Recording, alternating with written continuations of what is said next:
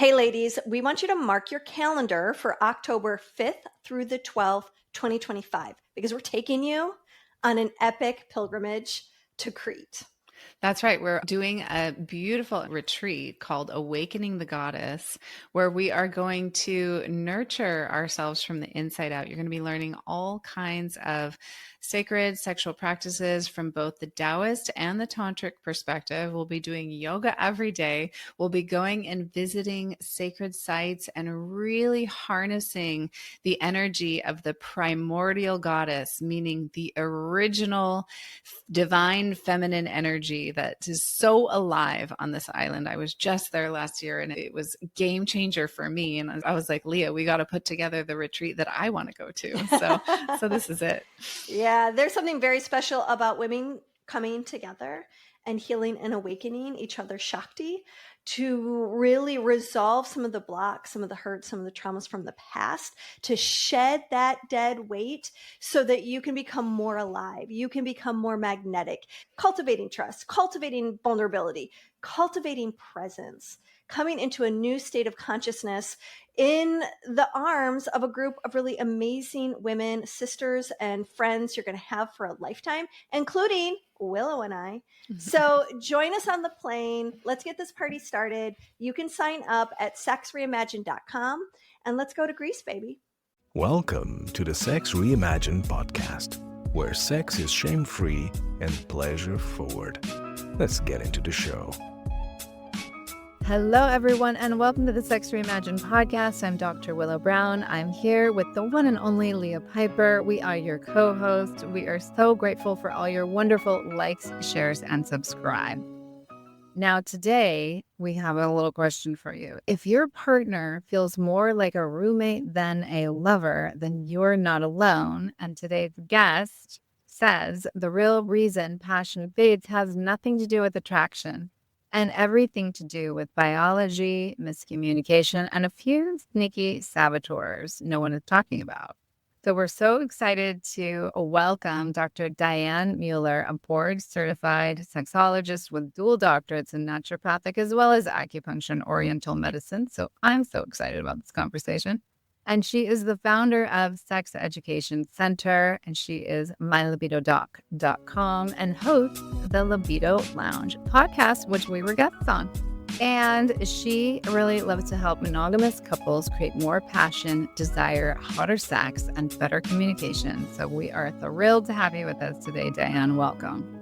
Thank you. It's so good to be with you ladies again. And if I can real quickly, just open this up with a quick story on top of your amazing intro. One of the things that first started awakening me up to this topic we're talking about today around sex actually getting better in long-term relationships instead of worse was when I was listening to a lecture with the co-founder of NLP, Neuro-Linguistic Programming, Richard Bandler. And he was telling a story of when he was getting ready to get married. And people are like, well, you better have a lot of sex now because it's going to go away later. Like the sex is going to go down, down, down, down, down. And his response to this that he was teaching just really awakened something in me. And his response was, okay, so anything else in life that we do, we learn a new instrument and we practice, we get better. We learn a new language, we practice, we get better. So he's like, so sex is this one thing that you practice and get worse at. And so it didn't make any sense to him and it didn't make any sense to me. And that was a huge launch, that kind of concept for a lot of the work I do today. I love that. It's such a good story. And it's so true. It's like practicing sexuality is a practice. It's a practice of getting to know yourself in newer and more intriguing ways day by day and getting to know your partner. You know, the first thing that comes to mind when I hear you say that is, yes, but what is the neurological differences between someone practicing an instrument versus someone having sex, where we've got lots of different brain chemistry being generated in relationship to sex? And I'm curious, like, is that different when you're practicing or are passionate about something like learning to practice an instrument, or maybe for me would be cooking? Anyone, any of the doctors in the room know the answer to that question? Well, I've been asked this before. So the way I describe the answer to this is like, think about learning guitar and learning the G chord. And the way you practice guitar is not practicing the G chord over and over and over and over again. You add a C, you add a D, you add an A minor, and you keep adding new things. And that's how you get better at guitar. So the difference is that when we are often practicing sex, we're making love, that oftentimes, because if left to our own devices, what we wind up doing is we get into a sexual script and we just practice the G chord over and over and over again. And if we did that with guitar, well, we would get really good at the G chord. But we would not be a great guitar player. And we get bored. Yes. Very. Which is probably And some of people the would get bored biggest listening to issues, us. right, in long-term relationship sex, as you get into that routine and you get bored. Great answer, by the way. Really Yeah, love that. that's a good one. It's a great metaphor. Yeah. Yeah, we love the metaphor of learning to play an instrument is so synonymous to sexuality because it does become an orchestra and a really well fine-tuned musician who knows how to play multiple instruments, like the music moves through them rather than them playing the instruments. The instruments are playing through them, and the same thing in sexuality, especially with tantric, spiritually connected sex. It's like the energy of the sexuality starts to move you and play through you rather than you doing it. It starts out as you doing it, but then you get into this trance state where it takes over. I like Yeah. that correlation you made there, Willow. Because it is interesting when people are learning sexual techniques and conscious sexuality and things like Taoist practices and Tantra practices, where you become skillful as a lover. It's like that learning process of practicing and learning new skill sets and then finding the embodied knowledge to allow that practice to be so internalized that it's no longer a skill or a technique you're doing, it's a way that you express yourself. And but there is always sort of that learning curve of playing a guitar or learning a new sexual technique, let's say G-spot massage or prostate massage, where you're a little klutzy at first. You don't have the rhythm. You don't know how to find the beat until you practice enough where it's like, oh, I know how to tap this. I know how to take someone on a ride when it comes to their pleasure and how they're opening and what they're feeling and so on and so forth. So I'm curious, Diane, I know that you are an acupuncturist and you've got this holistic practice. Where does this interfacing with couples start from? Or is it more therapeutic in nature? Are you teaching them skills in the bedroom so that they're better at sex? What's the first door you're opening for folks? It's a great question. And it's a challenging one, right? Because a lot of my work is really combining like the medical, the science, the lab stuff with all the sexy stuff. So I find that like in the programs and my courses, I do give people access to a lot of things typically at once. And so we do go through and say, well, are there hormone imbalances? Do you have sympathetic dominance, which most humans do? Is your overwhelm running your life? Do you have neurological issues or pelvic floor dysfunctions? Like those kind of like physical things, which have to be addressed. And at the same time, the number of times people have re-regulated their hormones and they're hormonally perfect, but their libido is low. They're still not like, their desire's down. It's too many to count. So we know that those things are helpful and important to be in line, but the way we bring novelty in, the way we actually communicate with our partner, the way we set time aside for our pleasure practice, all of these things actually make a big difference with the arousal and the libido. So in my work, a lot of what I do is give people access to all these areas. And I often find that the place to start is the place that people feel most called to. So if you tend to be more of like, wow, you love the science and all that, like everybody should look at the medical side of things because it can be impactful. But if your brain works in more that analytical way, you might be better like starting there just to kind of get some movement and then adding on these other areas and other people that maybe are more like they feel the energy, right? And they just they're so much more interested in actually the embodiment side of things. They might do better starting over in this other area to practice that. Because I find that it's just like this very like beautiful meld of energy like flowing in different ways, and meaning there's not like one fundamental thing I've seen with arousal and libido where it's like, you have to do this first or it doesn't work. Yeah, I love that. You're a girl after my own heart here. Yeah. I love, love, love. Yeah. It's so all inclusive, you know. It's like, and Yeah. we just jump in as we learn in Chinese medicine. It's like it's a big circle, and you just jump into the center of it, and you start Pac-Manning your way out from there. You start taking nibblies here and there, and you digest what you can, and you assimilate what you can in the moment. And then when you're ready for the next piece, you move on to the next piece. And every human being is so different. I always think of humans as these 4 pillars of spiritual, emotional, psychological, and physical. And so if you're really down in the dumps with your physicality and your fucking hormones are driving you absolutely cuckoo sauce, then yeah, you're going to want to start there. But if you're like, "Oh, I have a little bit of brain fog and I get some night sweats, but hey, I've got sexual repressed trauma that I haven't dealt with and I know that," then yeah, you're going to want to dive into that psychological, spiritual component first. I think it's interesting too, because it makes sense that people are going to want to start where they feel their strengths. So if they love sort of the physiological, neurological science of things, that's where they feel safe and comfortable. They get to kind of feel that's where they're comfortable. They're in their comfort zone first. And then you can kind of take a look at, okay, now let's see where I need to be challenged. And I'm sure when you're working with couples, right, you've got 2 different people who have their own comfort zones and who might hopefully nudge their partner to get out of their comfort zone. You know, it's interesting. Matt and I have been interviewing some therapists. We've been together for 10 years, married for 8 as of this recording. And we're like, yeah, we need to tune up. You know, we started our relationship seeing a therapist because we were doing awesome. And we had the idea like, people should go to therapy like when they're doing great, because it's when they're challenged that it's a little bit harder to learn skills. So it's been interesting. We're like, yeah, it's time for a tune up, and taking a look and being really honest, like, oh, I feel really uncomfortable here. This is where like I know I need to be pushed a little bit.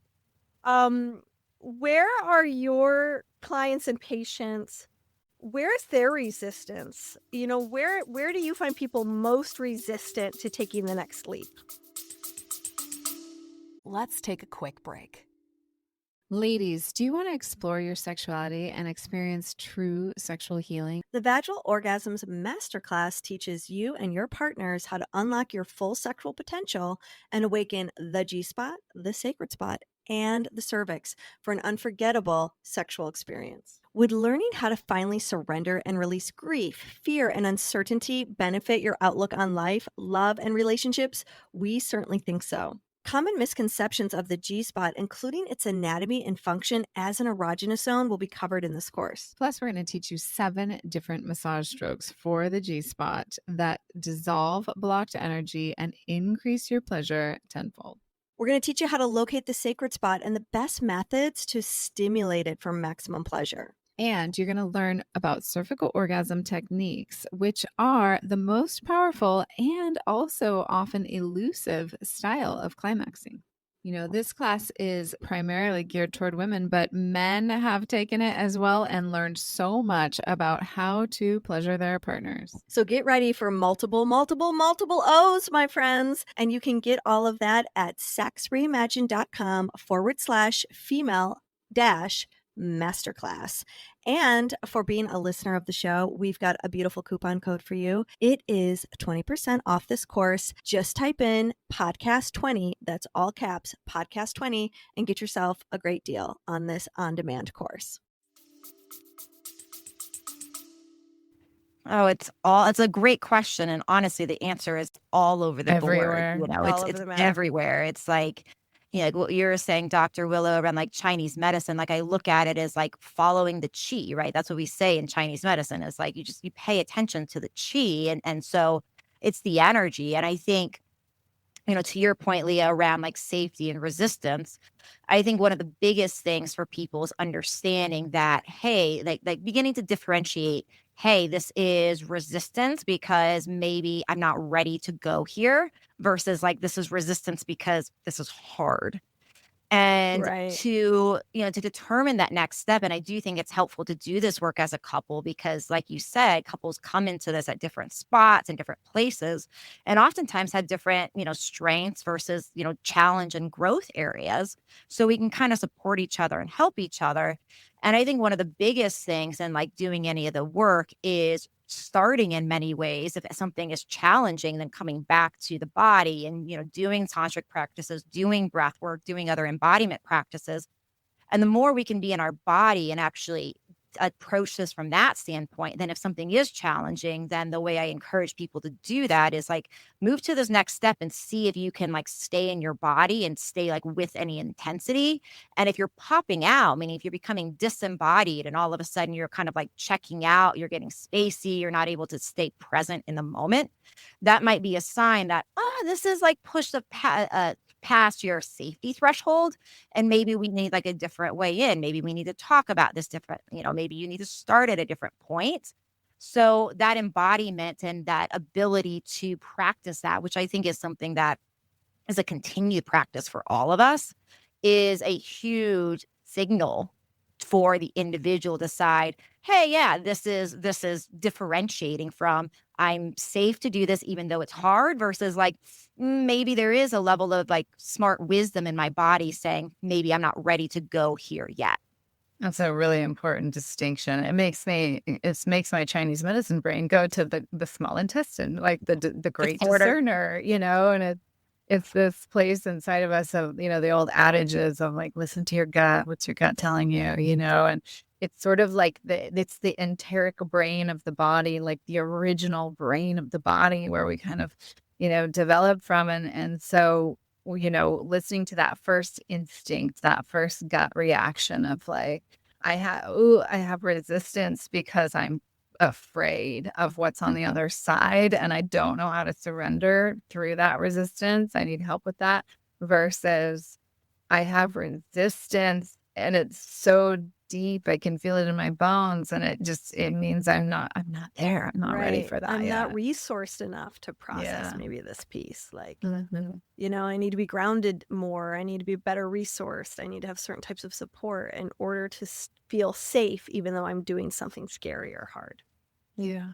Yeah, exactly. Exactly. I love the Chinese medicine for that as well. It's the, the physical of that is like sorting the good from the not needed in our food, right? And it's like that same energetics. It's like information comes in and, the small intestine energy and a healthy small intestine chi is going to be able to do that emotionally, mentally with information to say, oh, this is useful to me versus like, this actually doesn't resonate with me, which we need to apply, I think, every day.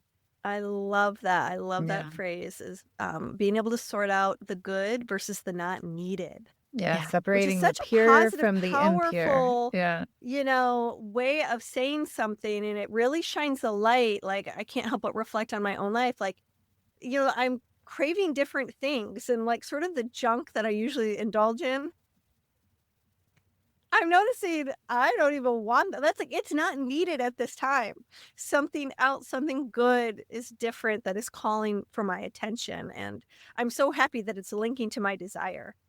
Okay, Diane, so how did you yeah. get I want to hear let's roll back. Let's zoom out. Let's talk about your Genesis story and like how you got into sexology, how you got into healing, how you got into naturopath, Chinese medicine, all the things. I grew up real Catholic. I was super religious. And so, sex before marriage, masturbation, any of that was very wrong. My genitals were just down there, kind of conversation. And when I went to college, I had a really good friend who became my roommate. And I started having this unknown vulvar pain. And I say unknown because I, went to docs and everybody was like, well, there's no infection, there's no disease, there's no problem. But this pain was keeping me up at night. It would get really bad at night. And so my friend, my roommate at the time, after, me confiding in her, about this continually and my frustration, she handed me a book. And the book was Betty Dodson's Sex for One. Mm. And, for anybody listening that has read this book, you may remember that in that book, Betty talks about not only the power of masturbation, but she talks about her experience of pain and other symptoms going away. And so, reading this and kind of struggling, I was like, all right, I'm going to be brave. I'm going to try self-pleasure. And that was my first experience with masturbation. And lo and behold, the pain went away. Wow. Right And away. then the orgasm, it was just like self-pleasure. I was just like, okay, this is amazing. And then next day, pain was back. Try it again. Pain went away again. So I did this for a period of several days. I don't remember the specific number, but eventually the pain just went away totally. And, these moments in life where it's like all beliefs leading to a point, and then there's something that like challenges a belief and it like completely crumbles. It was like, one of those kind of moments where I was like, okay, so there's this energy. We call it spirit, God, universe, whatever anybody calls it. And this energy that's supposed to be like making me like, super powerful and, perfect in their eyes and all these things, perfectly imperfect and all of that stuff. How could I have this thing that is a way to heal myself that is bad for me? So that it was just so impactful. So that's when I started reading books and, getting my hands on whatever, I could, and talking to whatever let me, which back in those days was like, everything was so, this was the late 90s, early 2000s. So things were really taboo back then, even more so than now. But that was the original Genesis story. I'm wondering if people listening who are experiencing vulvar pain, can you talk about what that sensation was like? Was it just like in the labial lips? Could you feel it in the pelvic floor? What was that pain? Can you describe the sensation? Yeah, it was not just the lips. It was like deep internal. Like I think, now with more of an anatomical knowledge, I think it was all the way even into my bladder area, right? So it was very deep. It was very internal. And it wasn't like this, like the sensation's a little hard to describe because it wasn't like this, like sharp, like a pinched nerve, anything like that. It was almost like this, I guess, gripping would be the right word. Okay. It was like almost this like gripping sensation that was just there. And it wasn't on a scale of how bad. It was by no means like a 10 out of 10 with it being like severe like that. But it was just like that continued, like the other way I would describe it is I was constantly aware of my vulva and vagina, almost like when you stub a toe and the pain starts going away, but your brain's still thinking about the toe. Like that's another way I would describe it, where my brain was just like, there's my vagina, there's my vulva. Like my brain was just constantly aware of like, something's wrong here. How long was it going on? It's hard to say because it was so long ago. 6 months, maybe something like that. So it just kind of came on all of a sudden. Yeah. Yeah. No known reason. Never figured it out. Very Wow. interesting. So it was like a tight gripping ache versus a sharp shooting burny or electrical. Now, did you ever think about later on as you were getting into the meridian system, did you ever think about like, oh yeah, well, the liver runs through the genitals. I was really stressed at that time. Hadn't done a liver cleanse, wasn't eating well, anything along those lines? I mean, it was, that was definitely during my rock star party days. So all of that was very liver was activated. Liver was activated. It's working hard. Certainly, I think bladder, kidney, meridian were probably involved as well. So some fear, maybe. Fear, the ability to, sink deep. And even when we think about like, the kidney energy is, it's like that deep yin. It's like that ability to really sink in deeply. That super watery, intuitive type of energy. And like symptom wise, it coming out at night, for example, that could have been an impactful part of it as well. So interesting. Fascinating. So that orgasm really helped move that stagnant chi, do you think? Well, even just the sensation, because I know that first night I didn't orgasm, and I don't have any memory of actually orgasming any of that time. I didn't really know how to orgasm at all back then. I'd never experienced orgasm. So I don't even think that I had an orgasm any of the times I was doing it, if I remember correctly. I think it was just bringing more circulation and more awareness. And, I was breathing. I remember breathing a lot and whatnot, and just feeling in, that area, maybe there was some level of release with the tissue, Sure. tightening and then releasing. So, mechanistically, that's kind of how I've thought about it. But from a standpoint of like orgasm, I don't even remember orgasming then, which is just shows like the power of this. Like we know how powerful orgasm is. But also is just even like the touch along the way. Right, exactly. I think that I'm glad you mentioned that because that can be really um, underestimated, just the power of bringing our conscious touch, our awareness and our breath to this private part of our body that is oftentimes shrouded in fear, guilt, and shame. And that can just be creating a holding pattern all by itself, is just our cultural conditioning around how we feel about our genitals. When I decided that I was going to, really turn this into a business and really, put a lot more energy into getting this work and this information out to the world, which was at the end of my marriage and into my next partnership. So when my marriage ended, like towards the end of that, we were polyamorous. So we had opened up our relationship and we both had different reasons to do so. For me, my main objective with that was I was not feeling like the relationship was working for me and that we were in a place that I thought was fixable. And so I was just trying to figure out, like, is there an alternative solution that I can be still in this and still get some of the other things like filled up in my life that I felt like were essential to me that were just not happening in my partnership. And it ended up not because of polyamory. That actually was, I would say, very successful from a standpoint of how we were communicating on that.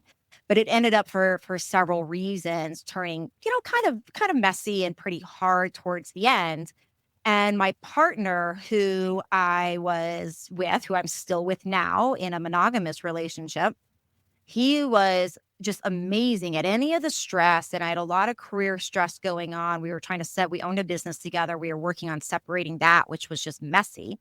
Yeah. And my partner was just giving me profound orgasms. And I would be so stressed and not being able to sleep and not being able to sleep and not being able to sleep. And he was basically, I would, say, healing me with touch, with pleasure, with orgasms. In part, too, his approach to me with all of this, the way that he was able to create so much safety for me. And I was feeling very unsafe in my life.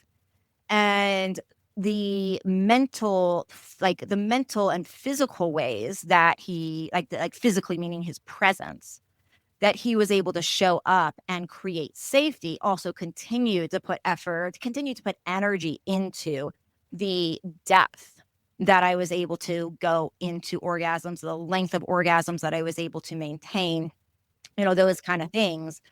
And so it really, as like a type A, sympathetic, like, I have 2 doctorate degrees, I have bazillion certifications. Like, I am not a sit home and do nothing kind of woman. And I don't tend to like move into that parasympathetic world very easily. I tend to like thrive on like productivity and overwhelm. So to actually, Hands can raise their hand and relate. so to like have this experience, to have somebody in the state, which was one of the more intense, stressful periods of my life, and have somebody really show me the depths of what pleasure can do for bringing down that overwhelm, for resetting my nervous system, for preparing me for whatever challenges came that next day to be resourced. It took everything that I had already been studying and it really showed me like the level of healing on a completely different level. And that's when I was like, all right, I better start sharing this with the world, because like you said, like who out there is not this current society, so many of us, most of us are living in this hyper sympathetic fight or flight overwhelm a lot. Healed by orgasms. Yeah. Yes. And those I love it. profound experiences with a partner who's so present and who's so safe and who probably has some skills, that all come to play together, who's really invested in you being all that you can be. And it gets to bask in your pleasure as like probably one of the greatest rewards. There's a certain evolved partner who can provide that and anchor that for someone else's nervous system. Mhm. And I'm curious to hear from you, what made that possible for him to show up for you in that way? Yeah, it's such a good question. Yeah. Yeah, I think it's a combination of a lot of things. Like, I have studied a lot of Alison Armstrong's work Mhm. and her work on understanding men and understanding women. And this relationship was the first time I really felt like I was applying it fully. Mhm. Yeah. And so there was a level of going into it. And instead of seeing as Allison would say, where it's like, it's so easy as women because we don't understand men to look at men as in comparing them to like the perfect woman, Mhm. right? And instead of actually realizing like, oh, this is actually how their brains, function differently. It's like, her work, I feel like, blows other work on the feminine masculine just out of the world from understanding the thinking process. Yeah. Mhm. Yeah. Well, And there how to was lift your definitely partner up in a there. very specific way that their systems can receive.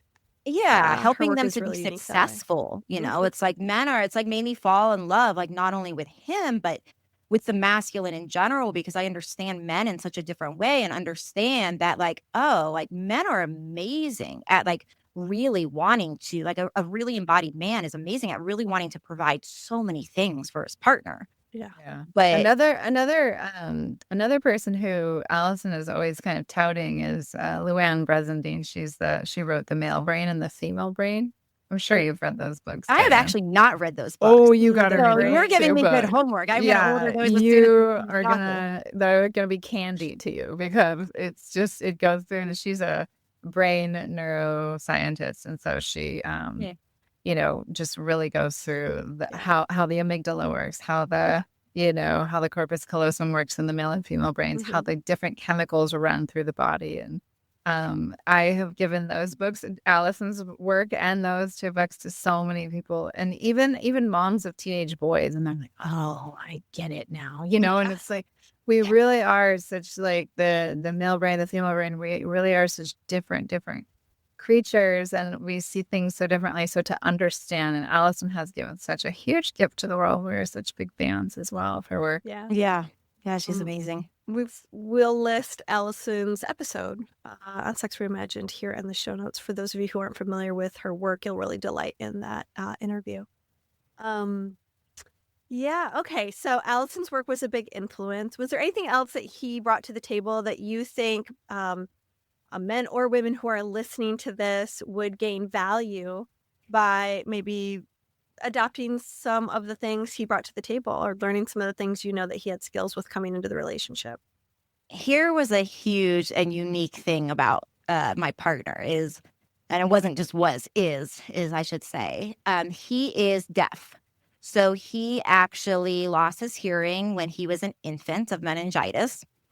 And what that means in our relation, he's an amazing lip reader, right? So he could be here talking to any of us and can read lips extremely well.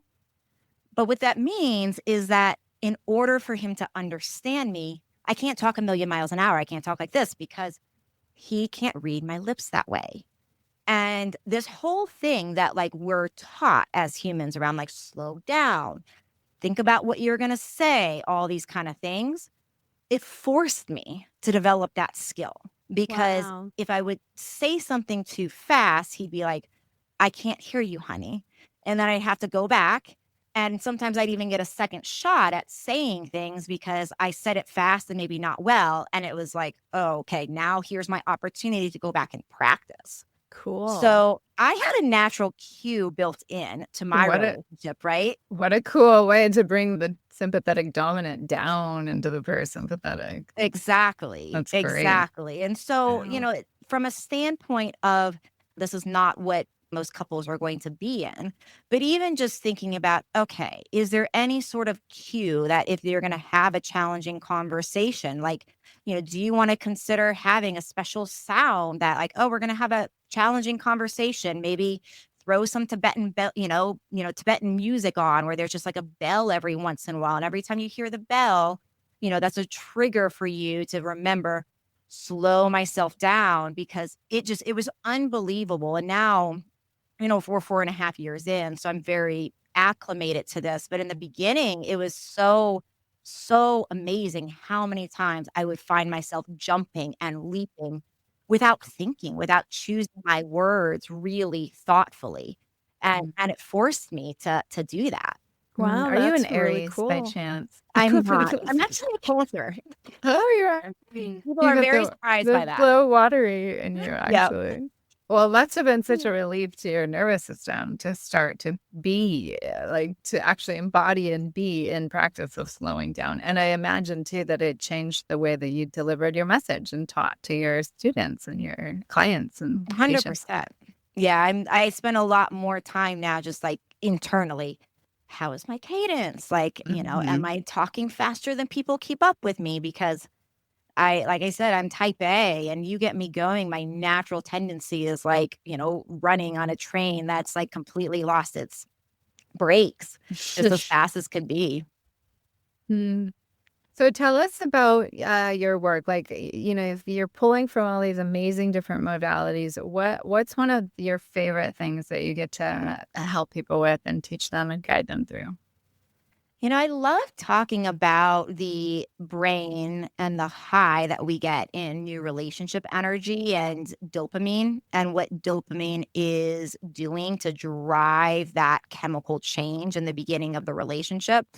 Because I think from a standpoint of getting out of our sexual scripts and bringing more novelty in, and back to how we introduced this particular conversation around, okay, well, how do we not get in the G chord, right? How do we continue to add new things? Well, some of that is understanding what drives passion, and a lot of the beginning part of that new relationship energy is because of not only the novelty, but it's like the space, because how dopamine works, and dopamine's our reward as well as our motivation brain chemical. And so in that new relationship, when we don't know if they're going to call, we don't know if they're going to text, and we're like thinking about it, and there's kind of a motivation, there's a little dopamine saying, I hope they call, I hope they call, I hope they call. And then they call. And then ping, it's a ton more dopamine. And then it's like you get that anticipatory for that date. And the same thing happens for, are they going to text after the date and the first kiss and all the things. And so one of the things that happens when we combine and we move in together or combine our lives in any way, we are taking away kind of that space and that anticipation. Right. And that's where like adding the novelty back in is so helpful. But it's not just about that new thing. It's not just about the C chord and the D chord and those new chords. It's about the way we introduce those chords, because the more we can say, okay, this is where planning can be sexy, because the more we can do things around like, okay, well, on, Friday night, we're going to try tying me up for the first time, or, any new thing that's interesting. Then if we talk about that, doing that on a Monday, then what that's doing is it's bringing back that dopamine. So then we start thinking about it, and maybe we start flirt texting again, and it brings that dopamine. And so what we're doing is we're creating that space between now and this exciting thing, and allowing the brain to think about it and get used to it and get like excited about it. And then when it happens, we get that big rush of dopamine. And by applying those same principles from a new relationship energy to a long-term scenario, we're able to create in many ways a lot of that chemical drive that we had early on. I love that. So powerful. And so with your couples who are coming to you, they've been together a long time. They're like, yeah, we just go down the same G chord all the time. What should we do? Are you giving them those kind of things? Why don't you guys try trying each other up on Friday night? Yeah. Like, are you giving them actual like techniques like shibari and tantra techniques and things like that to play very with? much so. Very much so. I guess starting place for people is my yes, no, maybe checklist. And that's at mysexdoc.com for anybody that wants that. But even with that, like one of the important things let me take a step back. In the yes, no, maybe checklist, what it is you take this and you say, oh, these are the things that we're both interested in. These are the maybes. Are there anything that a maybe could be shifted to turn a maybe into a yes, or how would a maybe become a no? But one of the important things I think about having support, from you guys, from people like myself, through any of this is just like anything. If we are having the conversations around, well, you are a yes and I'm a maybe, we could have to be so careful about how we have these conversations because the ego gets so involved. So it's very, very important before we try these conversations or we do something like a yes, no, maybe checklist, that we have a conversation around, if you think something I bring up that I'm interested in is maybe a little weird or it's surprising to you or anything like that, we can actually have pre-framed this and say, this is how I want you to respond to me if you're surprised by what I say. And the reason we do that is because it can be if we don't have these conversations well, it can be such a trigger for people to be like, oh my gosh, like I am like turned off by that and my partner likes that. And like, it can be so easy for somebody to spout something out of their mouth that creates a trauma for the other person. And they were so vulnerable and now they shut down. So before we even do that, we got to pre-frame, this is how we're going to respond in those scenarios. That's gold right there. What's a good example? Could you actually give us an example of a frame that maybe some languaging that a couple or maybe even people who are dating for the first time as they kind of break into communication styles? Yeah. So I'll give you an example. And then the other thing in, considering this as a listener is always make this, of course, true and authentic for you. So the example I give may or may not resonate with you, but just as a starting point. So a good thing to ask for somebody is something like curiosity. So curiosity can be a useful way of having these kind of responses. So for example, let's say I'm going to ask my partner to tie me up. And my partner has never heard this before, and I'm worried about how he's going to respond. So I might pre-frame and say, hey, let's do our yes, no, maybe checklist. I want to tell you a little bit about some of these things that came up as yeses for me. There's a couple of things that I feel a little nervous to tell you about. I've never told anybody about this, and it just feels like really scary to me. So even if you don't like it, I'm wondering if you can, if you're not liking something, I'm wondering if you can say, wow, what a beautiful expression. I am like so curious about, your interest in exploring this. And do you have any sense of like, what this would do for you or why you're interested in it? And maybe I'm not into this. I'm not really sure, or this might be a hard no for me. I'm not sure, but this is such a beautiful expression of sexuality. And even if I can't do this, I'm really interested in knowing why this is alive for you. Something like that.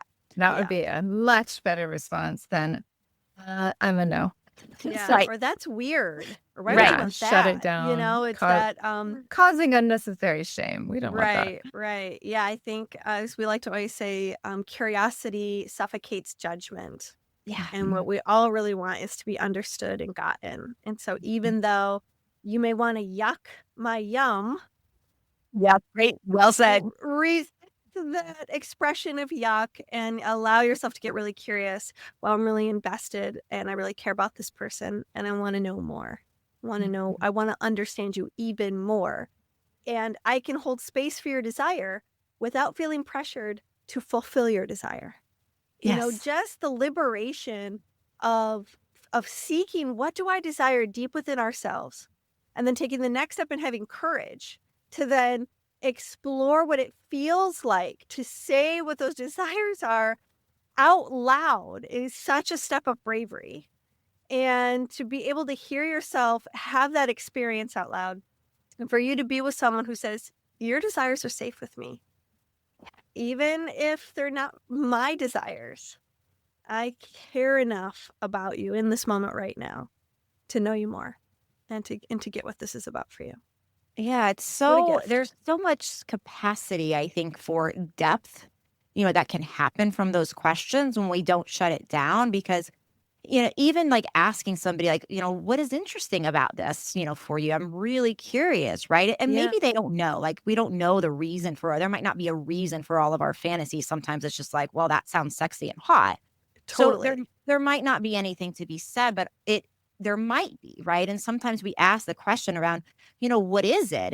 And the shibari is so interesting, right? Like the idea of being tied up. And many, many people have an experience with it of when you're actually restrained like that, of actually feeling safe and held, Right. right? Right. And so Not trapped. They not actually trapped. feel held. It's very fascinating how upon looking at something for the first time, you might have associations when you actually look into it even deeper, for many people, it could be an opposite association.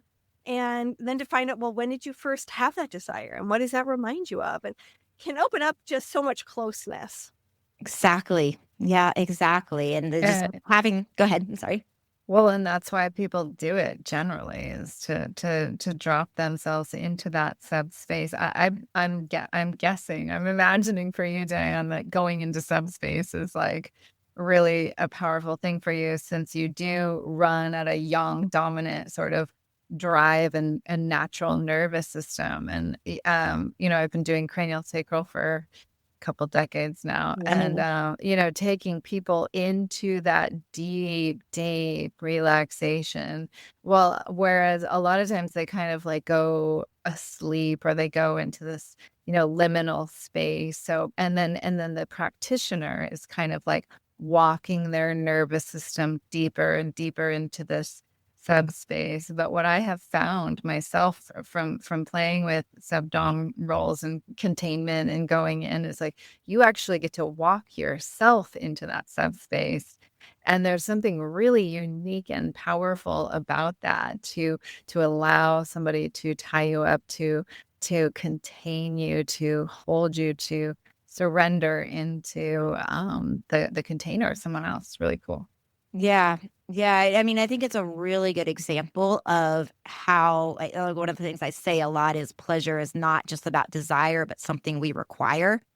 And I say that for several reasons, but one of them is perfectly illustrated by, what you're bringing up, which is how much healing can actually happen from everything from a standpoint of physical intimacy, expression, not even, of course, just, way beyond just penetration. Thanks. Yeah. Right. Yeah. Exactly.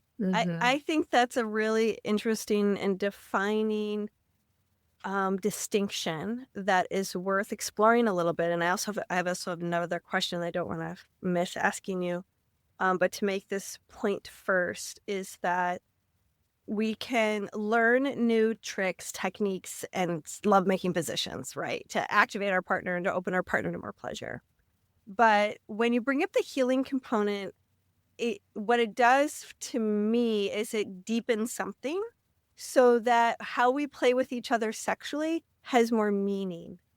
Not just friction. And friction is awesome. And learning about all the science and what happens to the brain and how we build arousal and attraction and all that stuff. We also have so much incredible information at our fingertips that can explain neurologically and physiologically what's happening, the science of our attraction, our arousal, and seeking more pleasure and higher pleasure.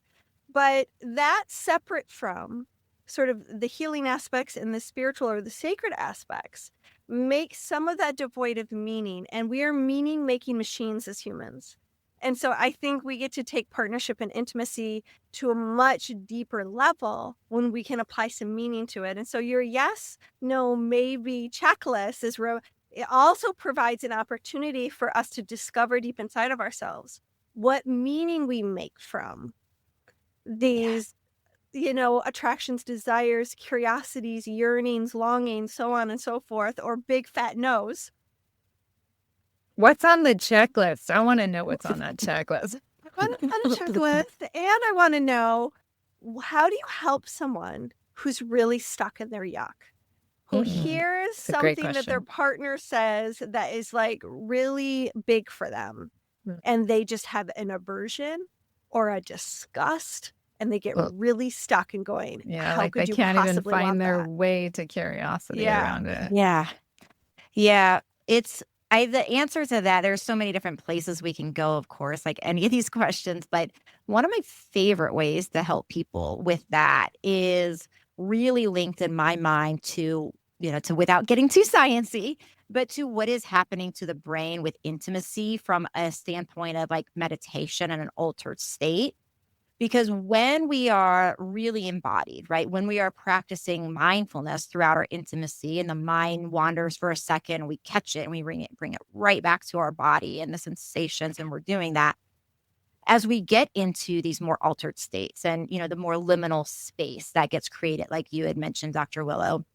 When all of this happens, just like with hypnosis, our brain is more suggestible. So one of my favorite healing practices that I love to do with my partner is to bring up anything that is, on my mind around like a belief that I'm like, this is not serving me. I need to reprogram the heck out of this. Maybe there's a micro trauma I have from something he said or something somebody else said, and it's like in my consciousness, whatever it is. And I think about and I talk openly with him around like, wow, this is what I want to program my nervous system with. This is the belief. And so then at moments with intimacy, as like he can tell that energy is heightened, he will whisper, in this very soothing, very parasympathetic dominant voice while I'm in my body, while I'm connected to my, my parasympathetic nervous system. He will be whispering these mantras in my ear and like helping me reprogram my brain. So obviously, if a partner is involved in a micro trauma like this, if they said something that did not feel good and we're creating a story and a belief and a meaning, which we do as humans, our partner has to show up. So this activity is, in some ways like an advanced activity for people. But if you're at a point where your partner is like, you have that type of communication and your partner is willing to play here, it's a really fun way of actually reprogramming the nervous system and the belief and the story while you guys are being intimate and making love. Mm-hmm. Yeah. Amazing. And then on my yes, no, maybe checklist, it's an interesting checklist because there's a lot of things on there that are not about sex. So it's intimacy. And so it's various things for, would you consider this for a date night? And then there's different places. Like the way I look at novelty oftentimes is people, places, things, and things that fall into those three categories. So things could be anything such as ropes or anything in the BDSM world. It could be vibrators. It could be handcuffs. It could be anything that's a thing. Places is obvious. I'd like to help people remember that places can be as simple as like in your closet instead of in your bed, right? It can be super small changes. And then people. So I do work with monogamous couples most primarily. So the way I help people in monogamy get into the role of using people from a novelty standpoint is through role playing is one way. Mm-hmm. Through even doing things like wigs or costume play can be another thing. So you're taking another persona. And I really love bringing in like archetypes from Sensual Dance or from S Factor, from Sheila Kelly's work. And the archetypes, I think, are so wonderful. They're so phenomenal to play with because they're almost like these, these different personas and parts of us. So, for example, one archetype in S Factor lineage is the dangerous challenger. And the dangerous challenger is kind of what she sounds like, right? She's kind of like ferocious. She's like, she's a boss. She's a little dangerous. She's edgy. In my mind, she has a whip in her hand. Yeah, she might be wearing leather, right? Yeah, she's wearing leather. In my mind, she's topping from the bottom. Yeah. Like a little bird. That's exactly right. So it's like the dangerous challenger energy is going to be different in all of us. Mm-hmm. And so it's a really fun thing to kind of get to know these archetypes. Like, another one's an innocent teaser. And I think of that, like for me, that's like the, almost like the high school cheerleader, right? Like that type of vibe. And, almost kind of getting yourself in that state around, we all have these archetypes in us, some of them more dominant than other, like any, like just about any archetypical model out there. And so when we can actually learn about these and be like, okay, well, how am I going to sink into the energy of the innocent teaser? And how would the innocent teaser show up tonight? And how would she move? And how would she make love? And how would she express?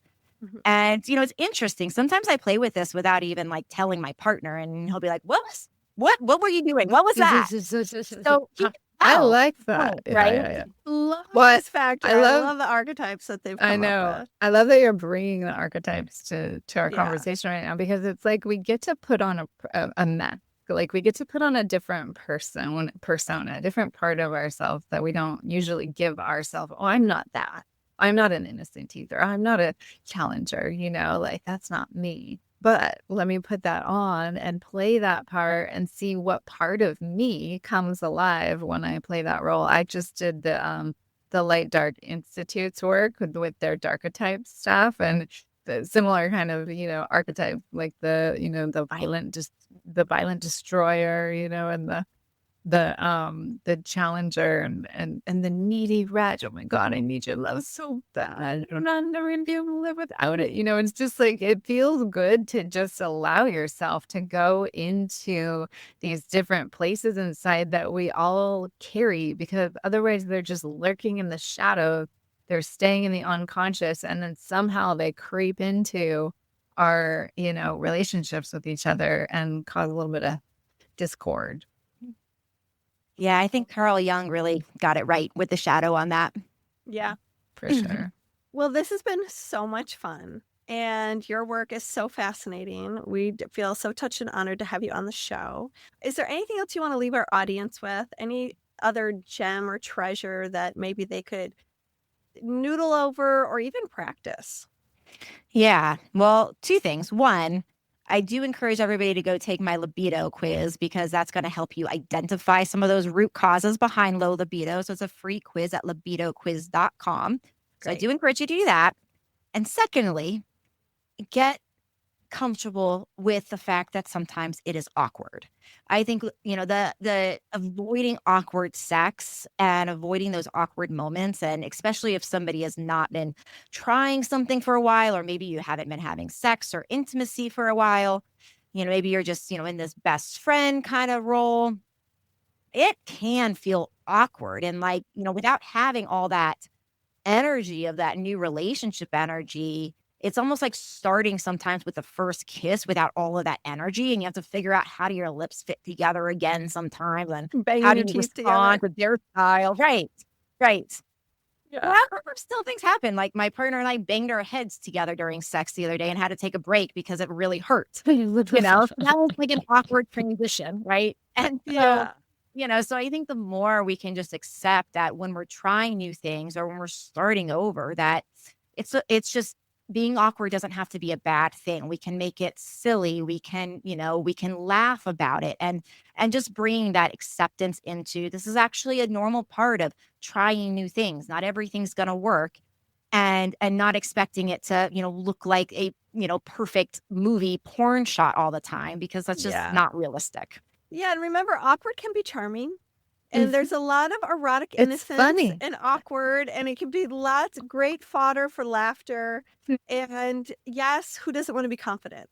But it's kind of unrealistic in every situation. And sex is the perfect place for us to yearn for confidence, but really be awkward. So just embrace that on your way to confidence. I love that. Yes, Yeah. exactly. And where can people find your yes, no, maybe checklist? So that's at mysexdoc.com. So super Okay. easy. Yep, great. Great. And that's free Perfect. also? Free also. 2 free gifts, 1 episode. That is exciting. We'll make sure that's in the show notes. Thank you, Diane. Such a pleasure to have you today. Same. Thank you, ladies. Okay, stay tuned because the dish is up next, and you know how much we like to dish it out. Now, our favorite part, the dish. Well, wasn't that just a yummy taster? A little. So good. Love Diane. good. I love talking to her. She's just she plays in the realm of so many things that I hold near and dear to my heart. So hormones and Chinese medicine and BDSM and the archetypes, and just kept going and going with it all. It's Yeah. great. And like Yeah. the neuroscience, she's real into the neuroscience. I love that. It's super Yeah. fun. And Alison the archetypes and Alison Armstrong. Armstrong. I mean, so many Oh, realms come that line on. up, She's a sister. Yeah, a sister from another mister, for sure. Mhm. Um, Yeah, I really loved a lot of the things she brought to the table that, just embrace awkwardness is so key. Being able to choose curiosity when you're learning about your partner and some of the things they're uncovering about what titillates them, coming from a non-judgmental space, the yearning to be understood. All those things are what I think deepen our intimacy. And I think it answers this longing that so many of us discover inside of ourselves, which is the question, there's got to be something more to sex. There Yeah. just has got to be something more than what I've experienced so far. And it's the meaning that we make of things and our ability to expose some of our inner thoughts and our inner desires to another person and to have that be received. Yeah. I think is Yeah. what builds that trust and what Yeah. builds that safety so that we can actually start to go there. Oh, yeah. So beautiful. And I love, one of the things that that I want to highlight that she talked about was how to have these conversations of like, oh, I would like to try this, and setting up your partner for success by saying, hey, I'm a little nervous to tell you about this. And before I go into explaining what I am desiring and why, this is what I want to hear back from you. Here are the actual words that I want to hear back. Let me give Yeah. them to you straight so that it's easy for you to Get a to win hold. for me. Yeah, exactly. Yeah. Yeah, co-creating those win-wins is an amazing part of what she does. All right. Well, cool.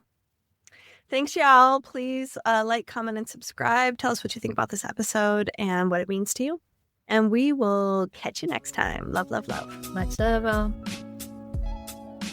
Thanks for tuning in. This episode was hosted by Tantric Sex Master Coach and Positive Psychology Facilitator Leah Piper, as well as by Chinese and Functional Medicine Doctor and Taoist Sexology Teacher Dr. Willow Brown. Don't forget, your comments, likes, subscribes, and suggestions matter. Realize this new world together. Hey, guys. What would it be like if you could last 10 times longer when you're having sex? We are going to teach you how to gain massive confidence as a lover, all without performance anxiety, gimmicks, or prescription. This course is perfect for you if you've ever been mortified by a sexual encounter that ended way too early. Or if you've ever avoided intimacy out of fear that you won't last as long as your lover desires. Or maybe you long to give your partner multiple orgasms but can't last long enough to make that a reality. Well, good news, we've got your back. And it's in our course, Last 10 Times Longer. Go to sexreimagined.com/last-10x-longer. And for all of our favorite listeners out there, we are giving you a discount, 20% off, y'all. Just put in podcast 20, all caps, podcast 20, to get your 20% off of this phenomenal course that you're going to want to review more than once. We cannot wait to see you inside this course. Plus, don't forget, we always got tons of bonuses. See you there.